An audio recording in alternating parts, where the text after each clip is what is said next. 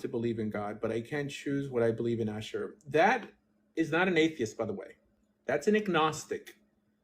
I proudly identify as an optimistic agnostic. I think religious people are optimistic agnostics. Only nutty people walk around saying, I could prove to you God exists. I know for a fact God exists. Okay, that's as silly as an atheist saying God does not exist, right? An atheist means no God. Agnosticism means that you lack the knowledge of God. An optimistic agnostic is someone who sees how the Word of God, the Torah, sensitizes people, makes their lives better, reconciles families, and truly wishes that God does exist because the result of living a godly lifestyle is a positive one on this planet.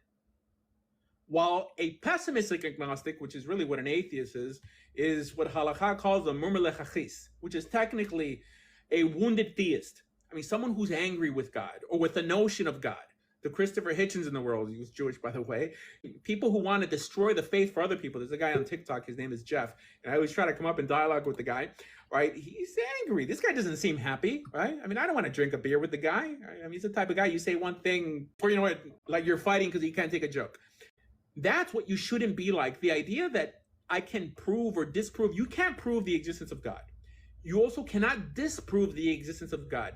It's a trick whenever you're on TikTok or on any of these social media platforms and you see an atheist with a banner saying, prove to me God exists. And you have everyone, I mean, sort of coming up and failing because you can't prove God's existence, right? You can't disprove it either. That means it's a washout. What we should talk about is if in believing in God and obeying a good God, does it make people better? Does it make society better? That you could prove. And that's my tactic always when dialoguing with atheists.